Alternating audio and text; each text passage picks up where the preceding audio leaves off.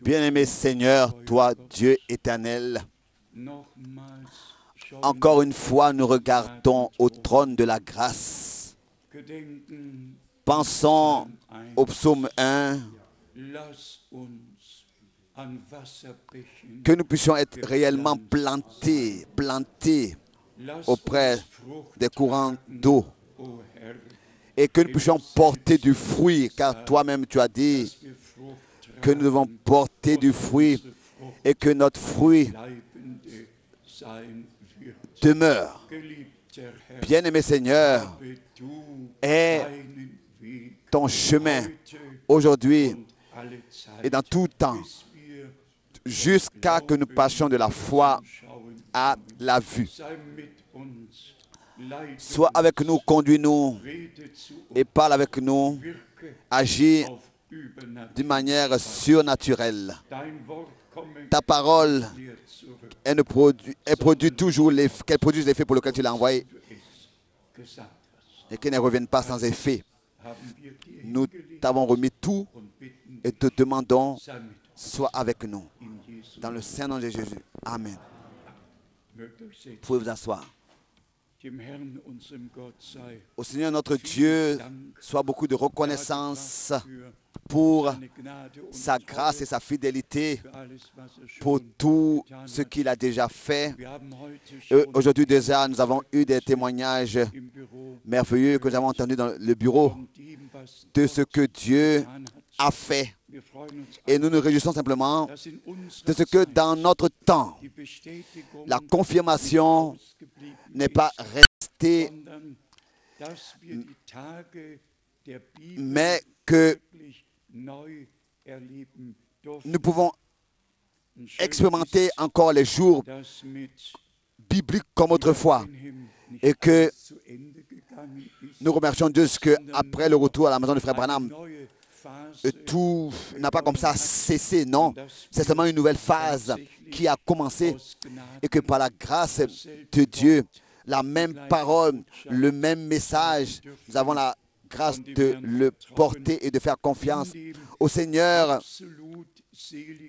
dans ce savoir absolu que c'est le dernier message, le message de l'appel à sortir, de la préparation, de l'accord, d'être ramené en accord total avec Dieu et sa parole. Et heureux, bienheureux sont ceux qui maintenant dans ce temps écoutent la vraie parole et qui disent Amen à chaque pensée de Dieu sur sa parole et peuvent croire comme le dit les Écritures. Encore rapidement les salutations de Moscou, les salutations de différents pays, de la Suède, de partout. Les frères nous saluent qui sont en ligne directe et nous nous réjouissons aussi de ce que maintenant la ligne ne peut pas seulement avoir lieu dans un petit portable, mais qu'il y a même aussi la ligne, même par des grands écrans, d'une manière qu'ils peuvent vraiment voir et être assemblés avec toute l'assemblée. Dieu lui a pris soin de ce que sa parole, vraiment atteigne les extrémités de la terre. Et nous avons des visites de Ottawa, de Montréal, des visites de différents pays, comme déjà cela a été dit hier, du Congo, de la République du Congo, nos bien-aimés frères et sœurs de tous les peuples et les langues sont représentés et que Dieu puisse particulièrement bénir tous les frères dans le ministère. Car d'abord, il faut que tous les frères dans le ministère soient d'abord apportés en accord avec la Bible, avec la parole de Dieu, avant que l'Église soit apportée dans cet accord avec la parole de Dieu. Et la requête de notre frère de Kinshasa, nous l'avons entendu hier de tout notre cœur. Dans la prière, on doit avoir vu de ses propres yeux comment est-ce que le peuple de Dieu est divisé et en dispute et en guerre les uns avec les autres. Les uns suivent ce frère, les autres un autre frère. Dans cette ville et dans chaque pays, il y a différentes directions. Mais auprès de Dieu, il n'y a qu'une seule foi de direction. Et le Seigneur dit encore aujourd'hui, je bâtirai mon église et le séjour le jour des séjours des morts ne prendra pas contre elle, sur elle. Et je regarde dans Michée, le 2e chapitre, Michée, le 2e chapitre, et ce que Dieu a fait avec Israël et fait avec Israël, il le fait aussi de manière parallèle avec l'Église. Il rassemble son peuple terrestre de tous les peuples, les langues et les nations. Il rassemble l'Église de toutes les dénominations et de toutes les langues. Michée, le chapitre 2, à partir du verset 12. Je te rassemblerai tout entier, ô Jacob. Je rassemblerai les restes d'Israël. Je les réunirai comme les brebis d'une bergerie. Je rassemblerai le reste d'Israël. Je les réunirai comme les brebis d'une bergerie, comme le troupeau dans son pâturage. Il y aura une foule d'hommes bruyants.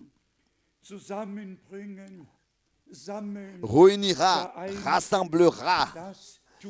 C'est ce que Dieu fait avec Israël dans notre temps, jusqu'au verset 13, jusqu'à ce que le verset 13 s'accomplisse. Celui qui fera la brèche montera devant eux. Ils feront la brèche, franchiront la porte et en sortiront. Le roi marchera devant eux et l'Éternel sera à leur tête. Et l'Éternel sera à leur tête. Et c'est ce que nous voulons. Nous avons ici 3 expressions. D'abord, le Seigneur entend que celui qui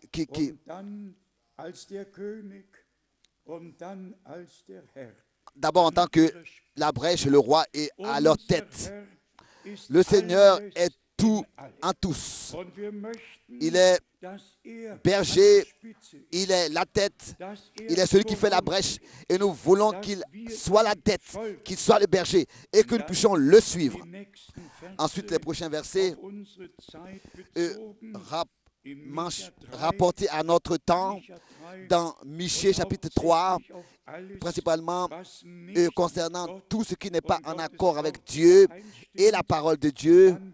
Et ensuite, c'est seulement au verset 8 que la réponse est donnée. Je lis Michée chapitre 3, verset 8. Verset 5, d'abord le verset 5.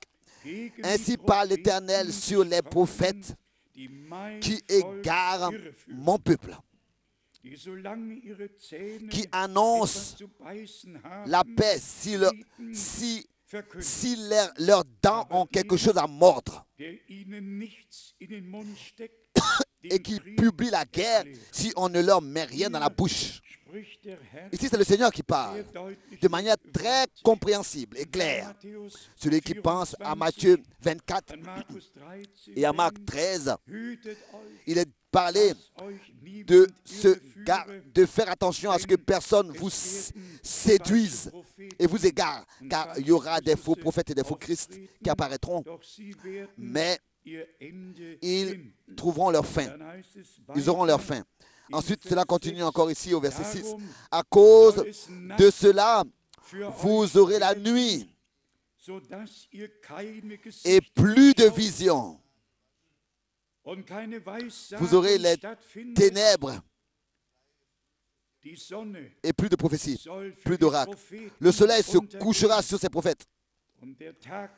Le jour s'obscurcira sur eux.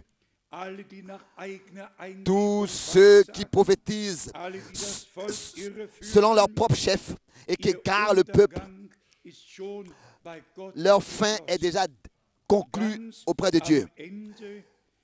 Complètement à la fin, c'est Dieu le Seigneur lui-même qui sera la tête, qui ira à la tête de son peuple. Et il n'y aura plus de faux prophéties, il n'y aura plus de faux oracles, il n'y aura plus de fausses doctrines, il n'y aura plus de faux. Mais l'Église sera sanctifiée dans la parole de la vérité. Verset 7. Les voyants seront confus. Les devins rougiront. Tous se couvriront la barbe, car Dieu ne répondra pas. Cette parole me touche le cœur. Parce que de la part de Dieu, plus de réponse ne vient. Les Juifs croient que quand Dieu ne répond pas, ça veut dire que cela exprime un rejet. Ça veut dire que Dieu s'est détourné d'eux et les a rejetés. Cette parole ici, tous se couvriront la barbe car Dieu ne répondra pas. Ne répondra pas. Soyons sincères, tous ces gens, jusqu'à même les mouvements, même jusqu'aux personnalités charismatiques, ils n'ont même pas besoin de recevoir une réponse de Dieu, Ils ont leur propre réponse qu'ils ont trouvée, qu'ils ont cherchée, qu'ils ont trouvée. Dieu ne peut pas répondre, donnant une réponse à des gens qui ne sont pas en accord avec lui et sa parole. Mais c'est à toi et à moi que Dieu accorde la réponse à chaque question que nous avons, que nous voulons recevoir en tant que réponse dans les Saintes Écritures. Dieu répond encore aujourd'hui. Il te répond à tes questions par sa Bible, par sa parole. Encore le verset 8. Mais moi, je suis rempli de force. Ça, c'est le messager du Seigneur qui parle. Il dit ici, moi, je suis rempli de force de l'Esprit de l'Éternel. Je suis rempli de justice et de vigueur pour faire connaître à Jacob son crime et à Israël son péché. Nous remercions Dieu de ce qu'il nous montre toujours le miroir. Il nous présente devant nous le miroir de sa parole. Et dans un miroir, tu ne vois pas quelqu'un d'autre. Dans le miroir, tu te vois toi-même. Et tu demandes ensuite au Seigneur de nettoyer toutes les tâches et de te préparer et de t'aider et de te bénir. Allons dans Tite, le premier chapitre, pour nous représenter encore la parole du Seigneur. La parole du Seigneur. Dans Tite, le premier chapitre, à partir du verset 1 et 3.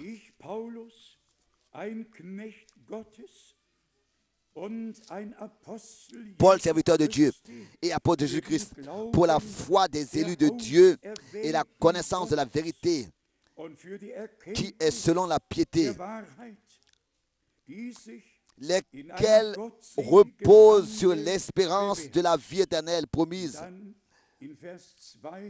Le verset 2 maintenant. Lesquels reposent sur l'espérance de la vie éternelle promise avant tous les siècles par le Dieu qui ne ment point et qui a manifesté sa parole en son temps par la prédication qui m'a été confiée d'après l'ordre de Dieu, notre Sauveur. Tout en son temps. Dieu veille sur sa parole pour l'accomplir en son temps. Pour accomplir en son temps ce qu'il a promis. Parallèlement à cela, j'ai pensé encore à Apocalypse chapitre 1. Je vais simplement lire et me référer à cela, Apocalypse chapitre 1, 2 et 3. Ici, nous avons l'envoi de l'ange pour montrer aux serviteurs de Dieu ce qui va s'accomplir bientôt. Et ensuite au verset 2, celui-ci a attesté la parole de Dieu et le témoignage de Jésus-Christ, soit tout ce qu'il a vu.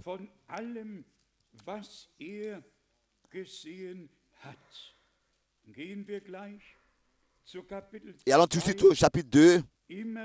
Toujours de nouveau, le Seigneur a parlé à un messager et le messager devait transmettre le message à l'Église. Apocalypse chapitre 2, verset 1. Écrit à l'ange de l'Église d'Éphèse. Ensuite, le verset 8. Écrit à l'ange de l'Église de Smyrne. Toujours, cela est adressé d'abord à l'ange, écrit à l'ange de l'Église, jusqu'au chapitre 3, où il est parlé de l'ange de l'Église de Laodicée, écrit à l'ange de l'Église de Laodicée. Voici ce que dit l'Amen. Apocalypse 3, verset 14. Voici ce que dit l'Amen, le témoin fidèle et véritable, le principe de la création de Dieu. Pas le principe de la création de ce monde, mais de la nouvelle création. La nouvelle création. Si quelqu'un est en Christ, il est devenu une nouvelle création. Les choses anciennes sont passées. Voici, toutes choses sont devenues nouvelles. Et encore ici, le chapitre 22, où notre Seigneur prend la parole et confirme cela de lui-même, ici dans Apocalypse 22, au verset 16. Apocalypse 22, verset 16.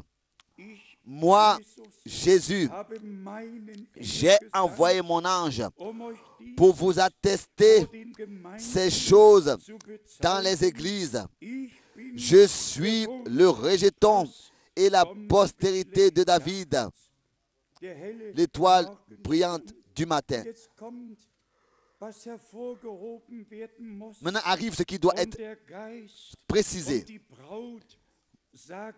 Verset 17, insistez, et l'esprit et l'épouse disent viens, et que celui qui entend dise viens, et que celui qui a soif vienne, et que celui qui veut prendre, et celui qui veut prendre de l'eau de la vie gratuitement. C'est merveilleux de voir l'édifice dans la parole de Dieu, ce qui est adressé aux assemblées locales, où a été traité par Paul dans les épîtres, et tout ce qui était lié à tout le développement des âges, Dieu l'a montré et l'a révélé à Jean sur l'île de Patmos. Et aujourd'hui, nous avons la vue d'ensemble, nous avons l'introduction réellement dans tout le dessein du salut de notre Dieu. Revenons à Tite, le premier chapitre, et lisons les versets. Tite, chapitre 1, à partir du verset 10. Il y a en effet surtout parmi les circoncis beaucoup de gens rebelles, de gens qui ne veulent pas se soumettre, de vains discoureurs et de séducteurs auxquels il faut fermer la bouche. Ils bouleversent des familles entières, enseignant pour un gain honteux ce qu'on ne doit pas enseigner. Nous ne pouvons rien faire d'autre. Nous devons dire et prêcher la vérité. Nous devons accuser avec l'épée. Nous devons combattre avec l'épée de l'esprit. Avec l'épée de l'esprit, s'il vous plaît. Tout ce qui est contre Dieu et sa parole. Particulièrement dans Jude, il est décrit de combattre pour la foi qui a été transmise une fois pour toutes aux saints. À partir du verset 13, dans Tite chapitre 1, ce témoignage est vrai. C'est pourquoi reprends-les sévèrement, afin qu'ils aient une foi saine. La prédication de la parole de Dieu doit être apportée sans compromis. Elle doit être claire. Et il faut que la vraie parole soit montrée aux gens et qu'elle soit introduite dans leur cœur. Maintenant arrive quelque chose de très particulier. Bien-aimés frères, bien-aimées sœurs, au verset 14. Et qu'ils ne s'attachent pas à des fables judaïques et à des commandements d'hommes qui se détournent de la vérité. Qui se détourne de la vérité. Et je vous pose la question aujourd'hui. Ce que j'ai dit hier soir concernant des frères qui prétendent que le Seigneur soit déjà revenu, que la troisième venue du Christ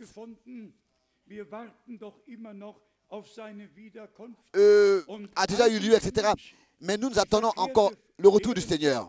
Et tous ceux qui portent tous ces faux enseignements se sont détournés de la vérité. Ils ont rejeté la vérité avant de pouvoir devenir le piège et la cible du mensonge et des tromperies. Nous devons considérer la parole et la recevoir seule en tant que pure et sainte, et ne rien accepter d'autre qui n'est pas témoigné et enseigné dans les Saintes Écritures et qui n'est pas en accord avec Dieu et sa parole. J'espère que nous recevons cela dans tout notre cœur. Et la chose suivante doit être dite. Ceux qui sont égarés, on peut encore les aider. Mais ceux qui ont égaré les autres, en fait, ce sont ceux qui sont séduits et qui ensuite ont séduit les autres. Et c'est pour cette raison que pour ceux qui sont séduits, ou bien alors pour ceux qui séduisent, je n'ai pas de grande espérance. Mais pour tous ceux qui ont été séduits, j'ai une grande espérance. Et directement, nous l'avons vu dans ce dernier voyage, comment est-ce que des frères sont venus et ont dit, pendant 30 ans, oh, nous avons été égarés. Ici 8 ans, ici 12 ans, ils nous ont expliqué comment est-ce qu'ils ont été égarés. Mais la parole de la vérité, elle les corrige, elle libère, elle ouvre les yeux et tous ont la possibilité d'être corrigés qui croient la parole de la vérité. Donc, il est écrit ici, des fables, ce sont des commandements d'hommes qui se détournent de la vérité. C'est ça. Voilà ce que c'est qu'une fable. C'est une parole très importante ici. Et nous comprenons que c'est l'Esprit de Dieu qui déjà autrefois a conduit nos frères, il y a 2000 années d'ici, a inspiré nos frères pour écrire ce qui allait s'accomplir, oui, avant le retour du Christ dans nos jours, pour régler les problèmes, pour traiter les problèmes qui allaient exister avant le retour du Christ maintenant. Ils ont écrit ces choses à l'avance pour nous, avant le retour du Christ. Nous avons dans ce livre toute la vue d'ensemble des deux côtés en ce qui concerne ce qui se passe de manière terrestre et aussi la justice qui s'est accrue, l'injustice qui s'est accrue, comme c'est écrit dans Matthieu 24. Tout cela est écrit dans la Bible à l'avance. Et pour nous, principalement, il s'agit que l'Église épouse du Christ soit épargnée de tout cela. En tant que ceux qui ont été appelés à sortir, en tant que des personnes à qui Dieu a fait grâce, qui ne puissent pas encore être conduits et entrer dans une tromperie, dans un égarement. Vous savez que quand je regarde à 40 années en arrière, comment est-ce que tout avait commencé de manière merveilleuse. Les années sont passées l'une après l'autre sans grand problème. Et ensuite vint le temps où des frères ont commencé à exprimer leurs propres pensées et à exprimer leur propre doctrine et enseignement. Et c'est comme ça qu'ils ont détourné le dos, ils ont tourné le dos à la vérité. Ils se sont détournés de la vérité. Et ça, nous devons le comprendre une fois pour toutes. Celui qui se détourne de la vérité, de la parole de Dieu, Dieu lui envoie une puissance d'égarement pour qu'il puisse croire à des choses qui n'ont pas leur origine dans la Bible, donc au mensonge. C'est ainsi que les hommes sont rendus esclaves et ils doivent donc croire le mensonge. Revenons avec cette parole, le mot fable, apporté ensemble avec des commandements d'hommes qui se détournent de la vérité. Allons dans 2 Timothée, chapitre 4. Ici, l'homme de Dieu, encore une fois, exprime cela dans 2 Timothée, le chapitre 4, en ce qui concerne ceux, il montre ce qui se passe avec ceux qui ont tourné le dos à la vérité. 2 Timothée, chapitre 4, versets 3 et 4. Car il viendra un temps où les hommes ne supporteront pas la saine doctrine, mais ayant la démangeaison d'entendre des choses agréables. Ils se donneront une foule de docteurs, selon leurs propres désirs, détourneront l'oreille de la vérité et se tourneront vers les fables. Vers les fables, les fables. À chaque fois ici, il est parlé de fables, dans Tite et dans Timothée. Ensuite, au verset 5, mais toi, homme de Dieu, mais toi, Timothée, toi, sois sobre en toutes choses, supporte les souffrances, fais l'œuvre d'un évangéliste. En allemand, c'est écrit, oui, d'un évangéliste, d'un prédicateur de l'évangile, du plein évangile. Remplis bien ton ministère. Et avec cette parole, nous allons encore pour suivre le mot fable. Nous allons encore dans 2 Pierre, chapitre 1. Et ce mot fable est écrit directement ici en relation avec le retour de Jésus-Christ, notre Seigneur. Dans 2 Pierre, chapitre 1, versets 15 et 16.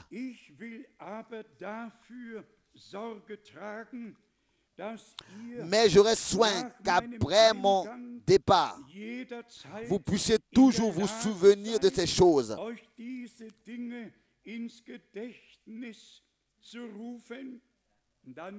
Ensuite suit l'expression importante. Ce n'est pas en effet, car ce n'est pas en effet en suivant des fables habilement conçues que nous vous avons fait connaître la puissance et l'avènement de notre Seigneur Jésus-Christ. Mais c'est comme ayant vu sa majesté de nos propres yeux. 3 fois le mot fable. Encore une fois que cela soit dit, tout ce qui n'est pas en accord avec Dieu et la parole de Dieu a été inventé. Ce sont des histoires, ce sont des fables. Ça n'a rien à voir à faire avec la réalité. Ça n'a rien à voir à faire avec la vérité. Au contraire, tel que nous l'avons lu, ils se sont détournés de la parole de la vérité. Tous ceux qui prétendent que les choses de l'histoire du salut sont déjà accomplies, sont déjà derrière nous, se sont détournés de la parole de la vérité, ont rejeté la parole de la vérité, ne s'inquiètent même pas de ce que ne se soucie même pas d'entendre et de sonder ce que les Écritures disent, et de ce que Dieu nous a promis et de ce qui est écrit dans la Bible. C'est pour cette raison que tous sont déjà condamnés, c'est-à-dire leur jugement est déjà quelque chose de sûr, tant qu'ils continuent à croire le mensonge. Dieu, et ça nous ne le disons pas de nous-mêmes, Dieu nous a révélé sa parole et sa parole habite en nous et nous sommes dans la parole et la parole est en nous. Et pour revenir à ce que nous avons considéré hier, je connais mes brebis et mes brebis me connaissent. Pourquoi est-ce que le Seigneur dit dans Matthieu 7, à partir du verset 21, à ceux qui ont prophétisé et qui ont fait des signes et des miracles, des prodiges, il dit à rien de moi, car je ne vous connais pas. Je ne vous ai jamais connu. Le Seigneur, lui, connaît les siens et les siens le connaissent. Et les siens entendent sa voix, entendent sa parole, croient sa parole. Et nous avons un oui à sa parole. Dans 2 Pierre, le chapitre 2, nous lisons ici ensuite à partir du verset 15, ou bien particulièrement ici le verset 15, concernant ces personnes-là encore qui se sont détournées de la vérité. Après avoir quitté le droit chemin, ils se sont égarés en suivant la voie de Balaam, fils de Béor, qui aima le salaire de l'iniquité. Ont quitté le droit chemin, se sont égarés, ont suivi la voie de Balaam. Et auparavant, il est écrit au chapitre 2, toujours au verset 3. Par cupidité, ils vous exploiteront au moyen de paroles trompeuses, eux que menace depuis longtemps la condamnation et dont la ruine ne sommeille point. Oui, et c'est ainsi que, à cause de toutes ces doctrines-là, plusieurs les suivront dans leur dérèglement, verset 2, et la voix de la vérité sera calomniée à cause d'eux. Et c'est à cause d'eux que le message de la fin est calomnié et est blasphémé. Bien-aimés frères et sœurs, c'est à cause de tous ces gens que le message de la fin, la parole véritable, est calomniée. Mon désir, c'est que nous puissions recevoir une réponse de Dieu et que Dieu puisse accorder, qu'il puisse revenir à lui. Tous ceux qui sont déterminés à la vie éternelle et particulièrement qui appartiennent à l'église épouse, qu'ils puissent devenir normal dans leur tête et dans leur cœur que la clarté divine leur soit accordée et se saisissent d'eux. Car ici il est écrit que le chemin du Seigneur, le chemin de la vérité, est calomnié à cause de la voix de la vérité, la voix du Seigneur. Dites aujourd'hui à un prédicateur dans l'une des églises, ils disent que le Seigneur est déjà revenu, ils disent que la résurrection a déjà eu lieu. Dites cela dans une dénomination. Ils vont vous dire sortez, voilà la porte, sortez. Et qu'est-ce qui se passe?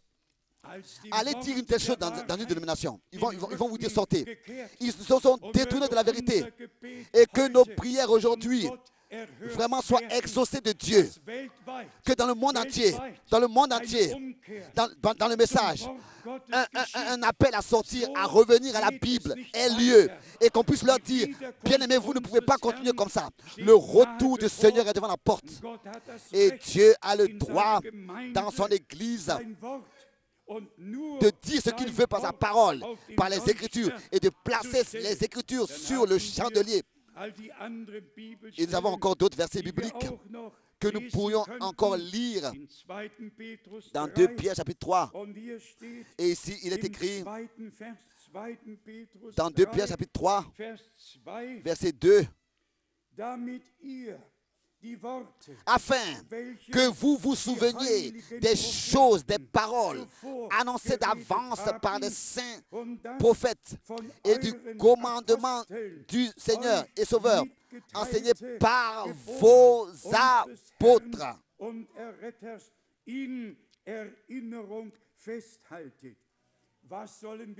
Qu'est-ce que nous devons retenir? Retenir ce que Dieu a dit par les prophètes et les apôtres et a laissé écrire. C'est ce que nous devons retenir et nous en souvenir. Rester avec ces choses jusqu'à ce que le Seigneur accomplisse la dernière promesse que nous pouvons lire dans la Bible. Et nous avons cette exhortation, cet avertissement, cette correction dans la Bible. Cela appartient à l'appel à sortir et à la préparation. Que nous ne soyons pas en train de nouveau nous égarer et nous laisser séduire et suivre des frères avec leur enseignement. Non. Et ça, nous allons encore le dire, nous allons encore devoir le dire plusieurs fois. Chaque fable, tout ce que des frères ont inventé, aussi à l'intérieur du message, c'est se détourner de la vérité, c'est tourner le dos à la parole de la vérité. La parole de la vérité, elle nous dit ce qui va s'accomplir lors du retour de Jésus-Christ. Les morts en Christ ressusciteront premièrement et ceux qui sont restés vivants en Christ seront transformés en un clin d'œil. C'est ainsi que c'est écrit. En un clin d'œil. Et ensemble, nous serons enlevés. Ça, ce sont des vérités divines, des réalités divines qui nous sont écrites, qui ont été écrites pour nous dans les Saintes Écritures, pour que notre foi soit selon les Écritures. Nous croyons ce que nous lisons dans la Bible. C'est là qu'est ancrée notre foi. C'est peut-être que notre Seigneur a dit dans Jean 8, et dans Jean 7, celui qui croit en moi, comme le dit les Écritures, pas comme il veut croire en moi et pas comme les hommes disent, mais comme il est écrit de moi dans les Saintes Écritures. C'est ainsi que aussi Frère Branham l'a dit en insistant, que notre Seigneur était la parole devenue chair et que tout s'est accompli, tout a été appelé à l'existence par lui, comme c'est écrit dans Jean. L'évangile de Jean chapitre 1. Et rien qui existe a été créé en dehors de lui. Il était celui qui a parlé. Il n'y avait pas eu une parole sans qu'elle ait été prononcée. Il était celui qui parlait. Lui dont nous avons entendu la parole. Et nous croyons encore aujourd'hui la parole de notre Dieu. Et il était celui qui a appelé à l'existence toutes choses. Le même qui marchait dans le jardin d'Éden, mourut sur la croix à Golgotha. Dieu manifesté dans la chair, justifié en esprit. Le même hier, aujourd'hui et le même dans toute l'éternité. Remarquons-nous ces versets, s'il vous plaît. 2 Pierre, chapitre 3, verset 2. Afin que vous vous souveniez des paroles annoncées d'avance par les saints prophètes et du commandement du Seigneur et Sauveur enseigné par vos apôtres.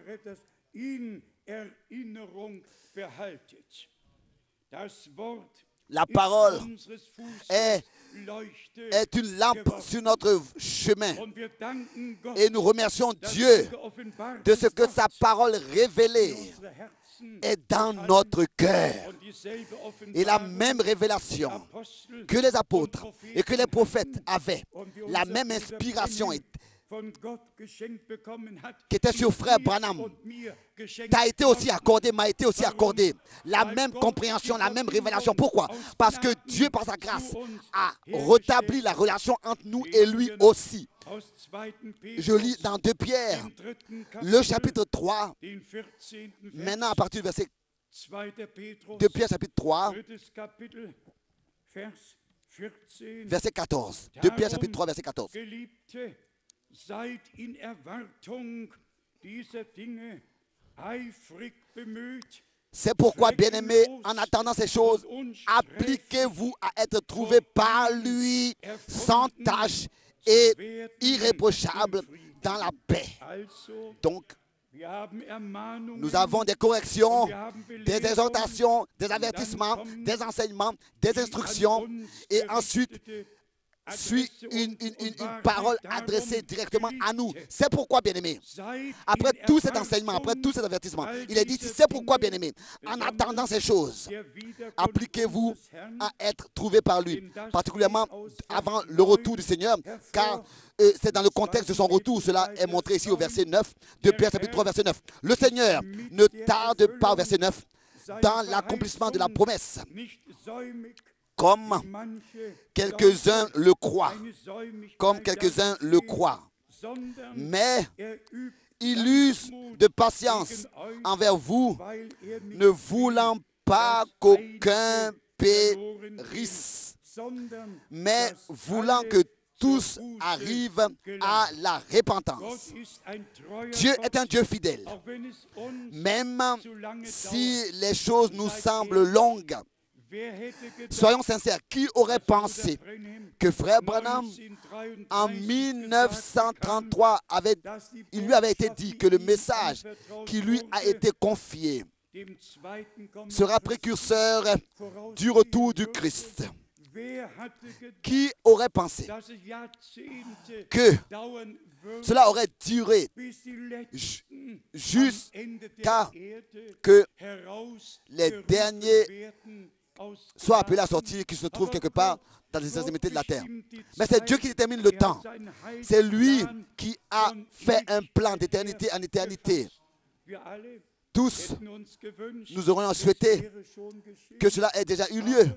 Mais les derniers sont encore maintenant appelés à sortir. Et peut-être pour un témoignage, lors de la dernière visite à Johannesburg, au 6e étage, j'ai passé la nuit et je voulais donc aller à l'aéroport.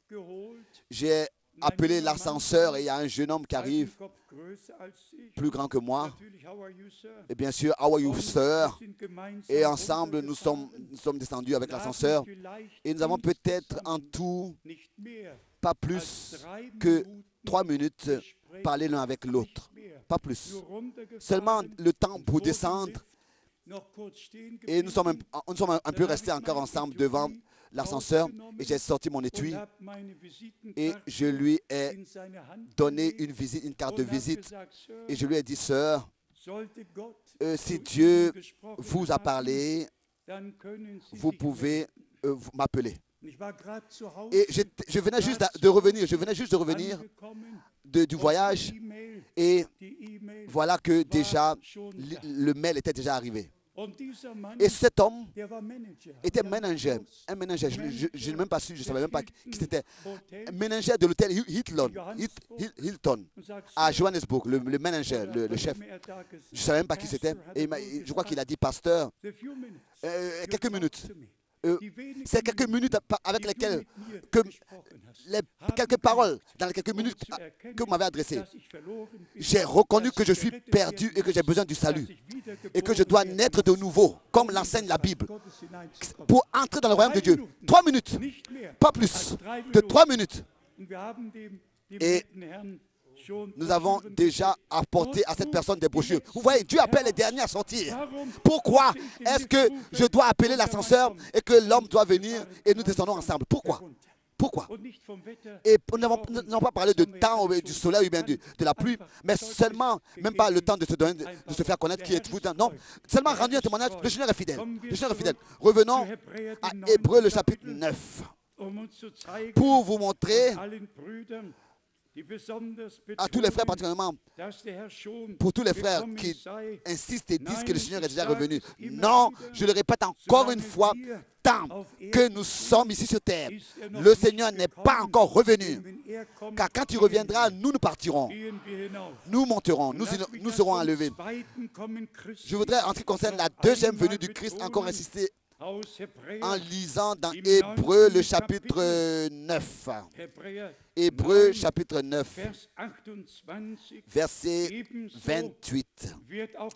De même Christ, qui s'est offert une seule fois pour porter les péchés de beaucoup d'hommes, apparaîtra sans péché une seconde fois à ceux qui l'attendent pour leur salut.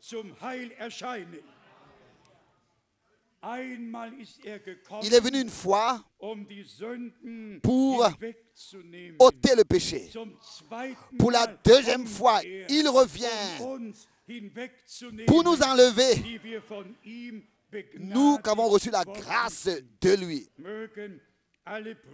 Que tous les frères sur toute la terre reconnaissent, s'il vous plaît, comme fous sont ces fables, comme folles sont ces fables, et idiotes.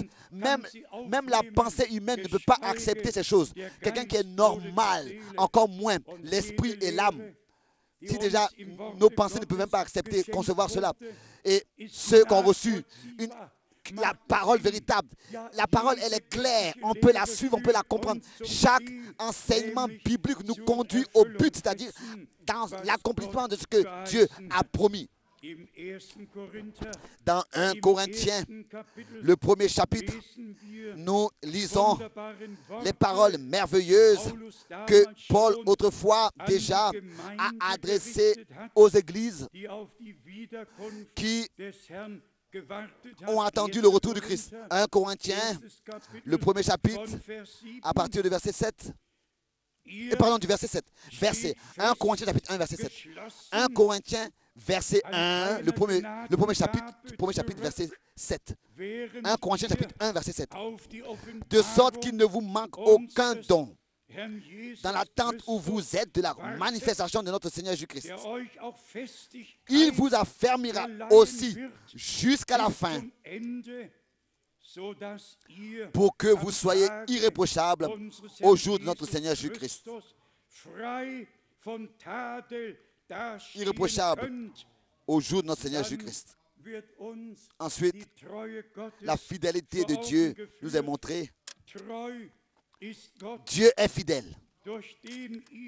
Lui qui vous a appelé à la communion de son Fils Jésus-Christ, notre Seigneur.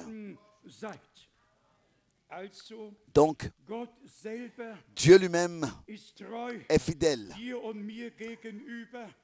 En face de toi, en face de moi, en face de sa parole.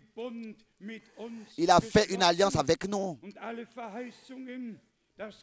Et toutes les promesses, nous pouvons aussi de nouveau le dire, sont oui et sont amen. Particulièrement les promesses de son retour corporel. Et disons les choses encore clairement. Celui qui ne croit pas et qui renie le retour corporel du Christ à l'esprit antichrist. Cela est à lire dans 2 Jean. Au verset 7, celui qui renie le retour promis du Christ, tel qu'il a été promis, tel qu'il est monté corporellement au ciel.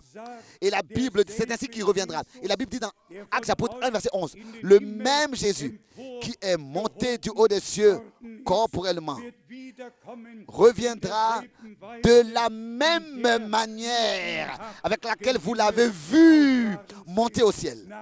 Cela est à lire dans Luc chapitre 24, verset 50, verset 51. Cela est à lire dans Actes des Apôtres chapitre 1, verset 9 jusqu'au verset 11. Cela est à lire dans les Saintes Écritures.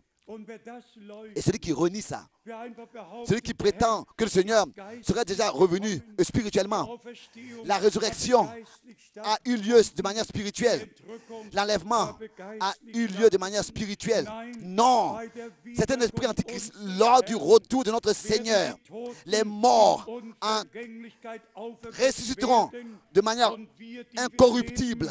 Et nous qui sommes restés vivants, nous allons expérimenter d'abord la transformation de nos corps mortels et nous serons transformés dans son corps de gloire. Disons cela encore, le verset 7 dans 1 Corinthiens chapitre 1. De sorte qu'il ne vous manque aucun don dans l'attente où vous êtes de la manifestation de notre Seigneur Jésus-Christ.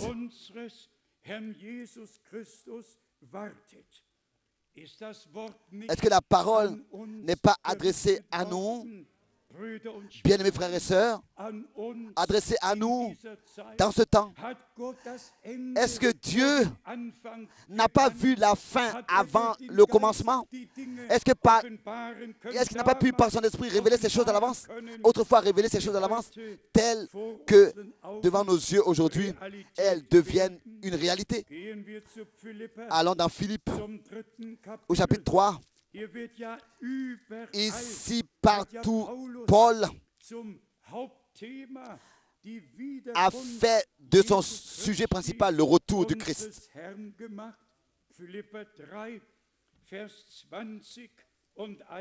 Philippe 3, versets 20 et 21. Mais nous sommes citoyens des cieux, d'où nous attendons aussi comme sauveur le Seigneur Jésus-Christ, qui transformera le corps de notre humiliation en le rendant semblable au corps de sa gloire par le pouvoir qu'il a de s'assujettir toutes choses. Nous disons Amen à cela. Nous disons Amen à chaque parole. Pour nous, ces légendes, c'est seulement de nous remuer la tête et de dire, mais comment c'est possible de croire à de telles choses? Non, nous ne croyons pas à des légendes. Nous croyons aux déclarations claires de la Bible, de la parole de Dieu. Et il y en a qui se détournent de la vérité et croient aux mensonges, et aux fables et aux légendes. Mais cela appartient au déroulement de la fin des temps. Nous savons, vous savez pourquoi je suis reconnaissant? De ce que Dieu veille sur l'Église. Il veille sur l'Église. C'est lui qui veille. Et il lui donne sa parole comme orientation à suivre, comme direction à suivre. Et que par la grâce de Dieu, nous demeurons dans la parole de Dieu. Et c'est pour cette raison que nous demeurons aussi en lui. Et que rien ne pourra nous détacher et nous séparer de lui et de sa parole. Car nous sommes devenus une partie de lui, une partie de sa parole. Et que cela trouve aussi son accomplissement en nous, comme une partie de la parole qui trouve son accomplissement dans notre temps. L'Église épouse est maintenant appelée à sortir.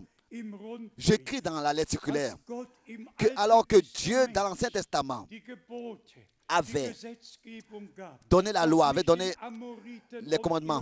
Il ne l'a pas donné aux Améroïtes et à tous ces peuples, aux Philistins. Mais cette parole, cette loi a été donnée à son peuple qui était la descendance, qui avait fait l'alliance par Abraham, Isaac et Jacob, avec qui il avait fait une alliance par Abraham, Isaac et Jacob.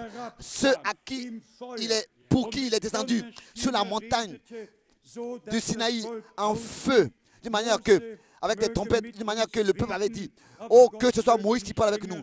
Adresse-toi à Moïse et qu'il puisse nous transmettre ta parole, car nous ne pouvons pas la supporter.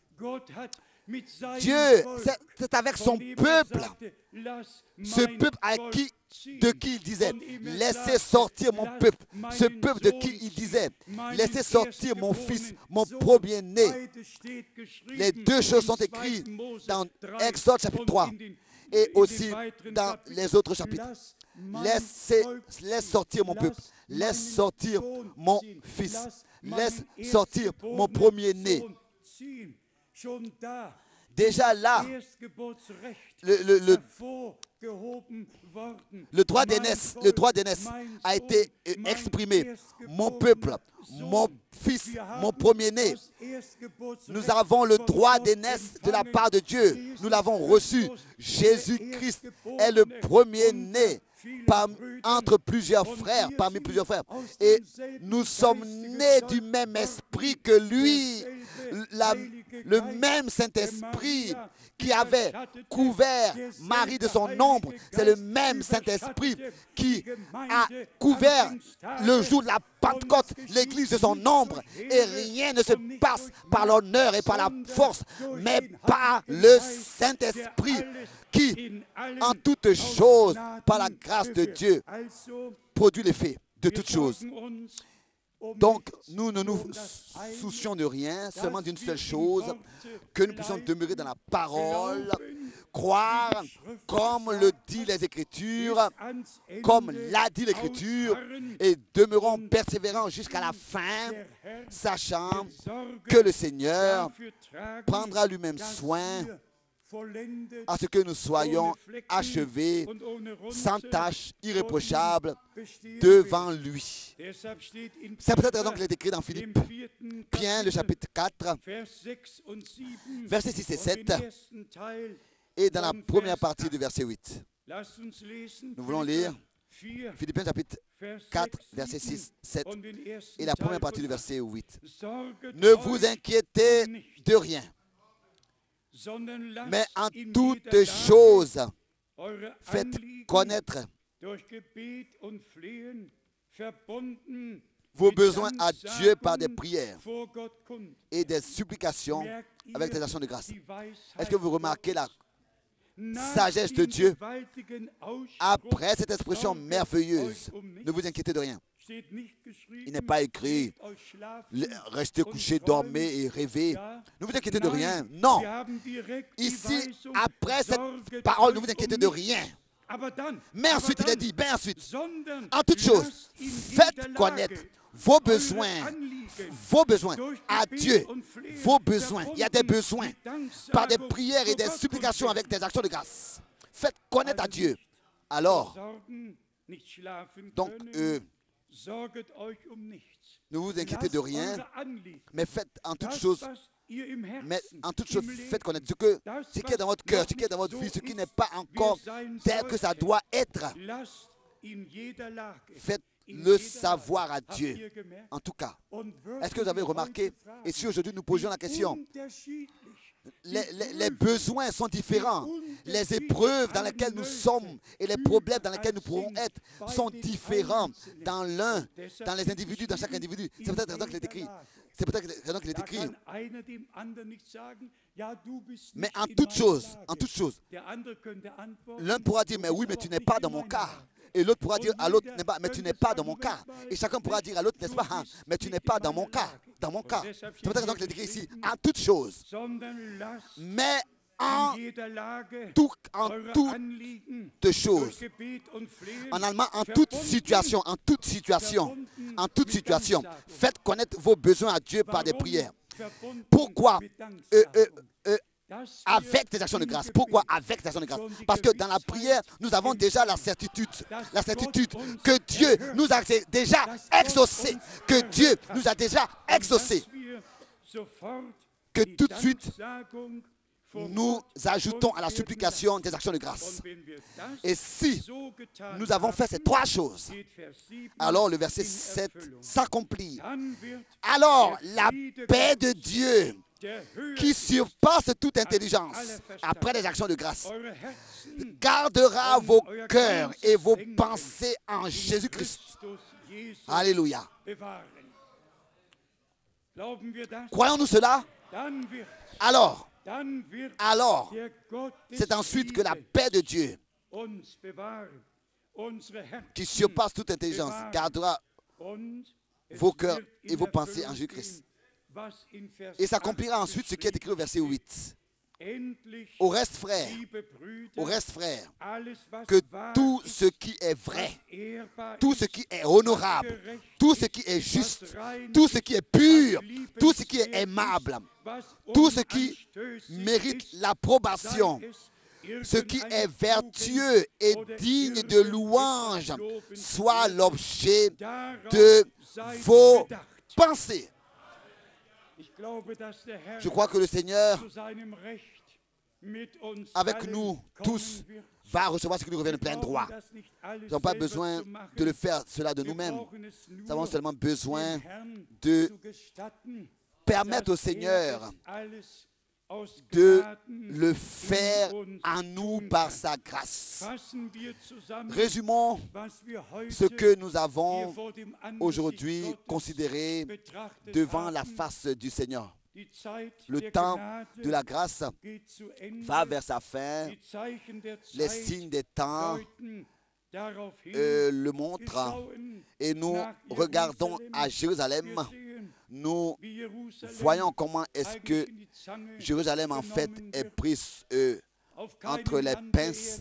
Il n'y a aucun pays de la terre et de la ville, il n'y a aucun pays dans lequel ils osent ordonner ce qu'ils doivent faire, etc. Mais en Israël, ils se donnent le droit d'ordonner, de dire, de prescrire, de dicter ce qu'ils doivent faire. Et nous pourrions encore lire plusieurs versets. Il est écrit que Jérusalem deviendra une pierre pesante pour tous les peuples. Mais tous ceux qui voudront la déplacer, n'est-ce pas, vont se blesser les mains. On a seulement besoin d'aller dans la parole prophétique. Et tout est déjà dit, tout ce qui va s'accomplir. Et comment est-ce que tous les peuples iront contre Jérusalem? Et comment est-ce que Dieu lui-même, du ciel, interviendra. C'est à lire dans Ézéchiel chapitre 38, dans Joël chapitre 2, c'est à lire dans les prophètes, Dieu interviendra du haut des cieux. Et jusqu'à dans l'Apocalypse aussi, Dieu permet tout ce qui se passe en ce moment jusqu'à ce que son temps soit arrivé où il interviendra. Et alors, ce ne sera plus les peuples qui auront à déterminer et à commander, à prescrire et à dicter. Mais c'est Dieu lui-même alors qui interviendra. Et comme nous l'avons lu dans Michée, alors le Seigneur sera à la tête de son peuple. Il ira comme un berger devant eux. Et alors, la percée aura lieu. Alors, le temps sera arrivé où Dieu le Seigneur sera comme une brèche et il se révélera à son peuple élu d'Israël. Et ils regarderont à celui qu'ils ont percé. Ils se lamenteront et pleureront et se répandront. Ça, c'est notre temps maintenant. Ils auront de la repentance. Maintenant, c'est notre temps. C'est le temps que Dieu nous donne à nous maintenant. Le temps d'Israël viendra aussi quand l'Église sera enlevée. Alors commencera le ministère des deux prophètes à Jérusalem. C'est pour cette raison que tous les Juifs de tous les 12 tribus doivent revenir à Jérusalem, revenir à Israël. Et c'est quand leur promesse s'accomplira qu'ils auront part à ce que Dieu fera, jusqu'à dans Apocalypse 14, verset 1. Jusqu'à Apocalypse 14, verset 1 s'accomplira. Et je vis 144 000 sur la montagne de Sion, des 12 tribus d'Israël. Dans le chapitre 7, au verset, nous les voyons scellés. Dans le chapitre 7, nous les voyons scellés d'Apocalypse. Dieu fera tout au temps convenable et laissera s'accomplir. Il laissera accomplir ce qui doit s'accomplir. Le temps dans lequel nous vivons, ce sont les derniers moments que le Seigneur nous accorde par sa grâce. Comme souvent nous avons eu à le dire déjà, l'orientation dans sa parole nous la donne maintenant. Tout cela, c'est la grâce de Dieu et encore une fois la grâce de Dieu. Et ça, je l'écris aussi dans la lettre circulaire. Frère Branham aurait pu dire 10 000 fois, le Seigneur m'est apparu dans la colonne de feu. Mais si ces critiqueurs-là, ce Mr. Ayers et Mr. Kipperman, n'avaient pas, justement, alors qu'ils disaient ça, n'avaient pas pensé à prendre une photo de cet homme, justement pendant qu'il était en train de dire ça. Et voilà, la colonne de feu était sur sa tête, de cet homme de Dieu qui était justement en train de dire que je n'ai pas besoin de rendre témoignage de moi-même. Celui qui m'a envoyé, c'est lui-même qui rendra témoignage pour moi. Et c'est à ce moment-là qu'ils ont pris la photo. Et je vous l'ai dit, j'ai vu la photo, je l'ai prise dans ma main à Washington. Frère Branham aurait pu le dire 10 000 fois, 1000 fois. Le Seigneur m'est apparu dans le nuage surnaturel le 28 février en 1963. Mais s'il n'y avait pas 82 photos qui avaient été prises de ce nuage surnaturel et que Dr. James McDonald de l'université de Tucson n'avait pas donné cet exposé important. Un nuage, en fait, qui a apparu à une altitude où il n'y a pas de nuages qui peuvent se former. Et alors, ensuite, Frère Branham a vu l'apparition des 7 anges. Alors, il a expliqué, ici, vous voyez le Seigneur en tant que magistrat, juge, pas en tant qu'époux, mais en tant que magistrat, parce que le jugement le temps est arrivé où le jugement doit commencer dans la maison de Dieu. Dans la maison de Dieu. Bien, mes frères et sœurs, je ne peux pas me détourner et éviter de mentionner ce que Dieu a fait dans notre temps, dans notre génération. Et je ne veux pas le cacher et manquer de le dire à qui que ce soit. Et je ne peux pas conseiller à quelqu'un de prendre la décision de se détourner de ces choses. Si Dieu, lui, a fait en sorte que même les incroyants ont pu voir cela. Et notre Seigneur a dit, bienheureux sont ceux qui ne voient pas, mais qui croient. Nous, aujourd'hui, nous le voyons, mais malgré tout, beaucoup ne croient pas, alors qu'ils ont pu le voir en photo, mais ne croient pas. Mais nous comprenons que la foi, c'est une révélation. La foi, c'est un don de Dieu. La foi nous conduit dans la réalité de ces choses. Abraham croyait Dieu et cela lui a été imputé à justice.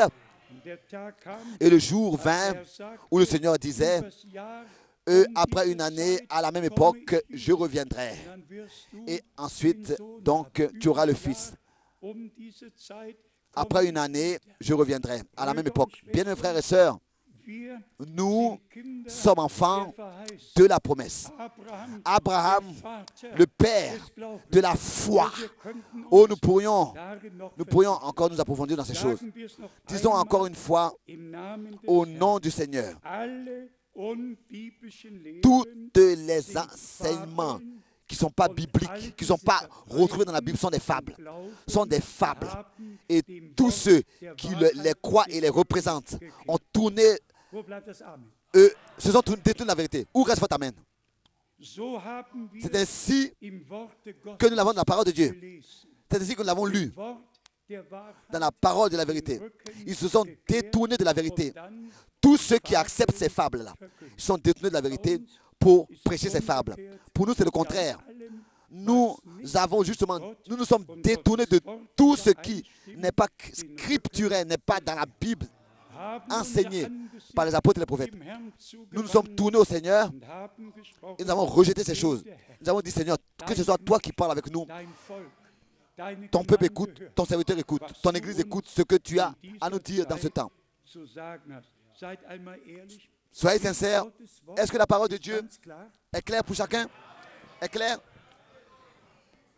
Oui, bien-aimés frères. De tous les pays voisins, la parole est claire. De toute l'Europe, c'est clair pour vous tous, dans le monde entier. Est-ce que la parole de Dieu est claire? Chaque parole de Dieu est claire et par la grâce de Dieu révélée. À lui, le Dieu fidèle, le Dieu éternel, qui en Jésus-Christ s'est révélé à nous, qui nous a donné des promesses qui s'accomplissent avant son retour et des promesses qui vont s'accomplir lors de son retour et qui vont s'accomplir après son retour lors du festin des noces de l'agneau. Tout est écrit ici. Avant son retour, lors de son retour et après son retour. Dieu n'a rien oublié. Il nous a révélé tout le dessein éternel du salut. Et à vous, bien frères et sœurs, dans le monde entier, nous avons le grand privilège ensemble, dans ce temps,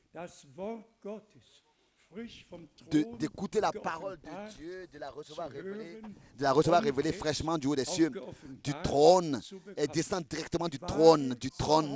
Et j'ose prétendre que le Saint-Esprit, vraiment, conduit réellement tous dans toute la vérité. Et que ce n'est pas un autre qui a besoin d'enseigner à l'autre, mais que tous sont enseignés par Dieu sous la prédication de sa parole.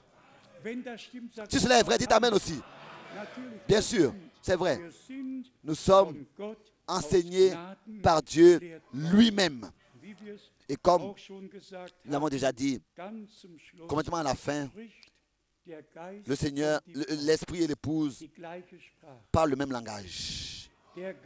L'Esprit et l'épouse Donc c'est l'esprit qui utilise l'épouse.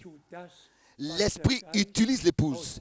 Et l'épouse fait et dit ce que l'esprit lui révèle. Lui révèle.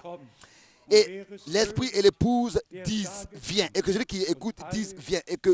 Et tous sont invités. Celui qui a soif, qu'il vienne et qu'il boive. S'il vous plaît, recevez cette dernière parole que nous avons lue de tout votre cœur. Et ça, nous voulons encore maintenant, tout de suite, la mettre en pratique. Ne vous souciez de rien. Ensuite, ça continue. Mais en toute situation, faites connaître vos problèmes, vos besoins. Faites connaître vos besoins au Seigneur, à Dieu. Et croyez qu'il vous a déjà exaucé après la prière et la supplication. Et rendez-lui des actions de grâce pour cela. Pour cela. De ce qu'il vous a déjà exaucé. Avons-nous pas reçu dans notre temps cette confirmation que Jésus-Christ est le même encore aujourd'hui? N'avons-nous pas compris que les mêmes choses se sont déroulées dans le ministère de Frère Branham comme dans le ministère de notre Seigneur au commencement du Nouveau Testament? Et encore plus, les Saintes Écritures disent que si tout ce que notre Seigneur a fait devait être écrit. Le monde ne pourrait pas contenir les livres pour que tout cela soit écrit. Et ce qu'ils ont écrit, c'est ce qui était important à retenir. Et aussi dans notre temps, la même chose. C'est accompli. Jésus-Christ est le même hier, aujourd'hui et éternellement. S'il vous plaît, croyez-le. Nous avons reçu la grâce de Dieu et le Seigneur à son chemin avec l'Église épouse et il nous achèvera et nous rendra parfaits pour le jour glorieux de son retour.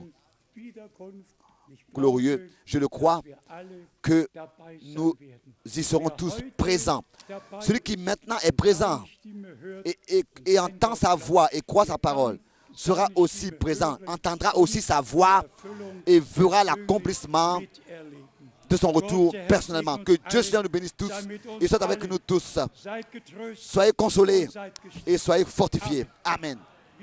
Nous nous levons pour la prière. Nous levons encore pour la prière. Bien-aimé Seigneur, nous avons entendu ta parole.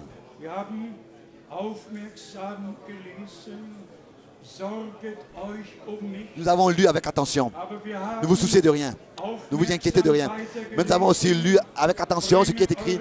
Mais faites savoir, connaître vos besoins à Dieu par des prières, des supplications. Au bien-aimé Seigneur. Et nous t'apportons maintenant toutes les requêtes, toutes les prières. Tous ceux qui sont réunis ici et qui ne peuvent pas être ici aujourd'hui. Nous t'apportons toutes les requêtes de ton peuple, qu'ils soient de caractère personnel ou bien spirituel. Seigneur, ou bien pour les autres, nous nous inquiétons plus de rien, mais nous te faisons savoir nos besoins. Toi, tu prends soin de nous. Tu combats pour nous. Tu vas à la tête et tu conduis. Sauve ce qui est perdu. Guéris ce qui est malade. Délivre ce qui est lié. Et révèle ton nom, ta parole. Il révèle ta puissance et ta gloire. Toi victorieux de Golgotha. Alléluia. Alléluia. Gloire et honneur et adoration te soit apporté, toi le Dieu fidèle. Nous te remercions pour la puissance de ton nom, pour la puissance de ton sang, de ta parole et de ton esprit. Nous te remercions pour la partie évangélique, pour la partie de l'évangélisation, de l'évangile et pour la partie prophétique. Nous te remercions pour l'introduction dans ton dessein éternel du salut. Bien-aimé Seigneur, aide ton œuvre dans ton Église. Sois à l'œuvre dans ton Église jusqu'à la fin, jusqu'aux extrémités de la terre. Comme notre frère hier l'a exprimé, accorde l'union parmi ton peuple. Que nous puissions, que tout ce qui appartient ensemble croit ensemble. Que tout ce qui dérange, chaque fable soit mis dehors de ton Église. Ta parole seule, qu'elle ait de la valeur. Maintenant jusqu'à la fin. Seigneur, notre Dieu, nous te remercions pour ta sainte et précieuse parole, pour ton œuvre merveilleuse dans ce temps. Bénis-nous et sois avec nous. Nous te remercions pour ce que tu as exaucé nos prières déjà. Nous te rendons grâce pour cela. Loué et exalté es-tu, Seigneur, Dieu Tout-Puissant. Achève ton œuvre pour le jour glorieux de ton retour. Et nous te remercions de ce que tu le fais et de ce que nous serons enlevés dans ta gloire. Bien-aimé Seigneur et Sauveur, je te demande que la paix de Dieu, qui est au-dessus de toute chose, de toute pensée humaine, de toute intelligence humaine, inonde et gouverne notre cœur. Unis-nous, bien-aimé Seigneur, avec toi dans le premier amour divin et unis-nous dans le premier divin amour les uns avec les autres, avec toi et les uns avec les autres. Guéris toutes les blessures et ôte toute douleur. Joins ensemble ce qui va ensemble et unis, rassemble ce qui est éparpillé, ramène ce qui est égaré. Et tes voix avec nous. De maintenant, à partir de maintenant, nous croyons que ceci est le jour. Ceci est le jour que tu as fait dans le monde entier pour donner à ton peuple un signal et attirer leur attention à toi et à ta parole. À toi le Dieu éternel, soit la reconnaissance. Pense aussi à ton peuple d'Israël, ton peuple de l'Alliance. Bénis le gouvernement à Jérusalem. Bénis ton peuple. Bénis de tous les peuples, les langues, les nations. Nous te remercions de ce que, de cette manière, ensemble, nous verrons l'achèvement. À toi, le Dieu Tout-Puissant, soit la reconnaissance pour toutes choses. Dans le saint nom de Jésus. Amen. Amen. Amen. Vous pouvez vous asseoir.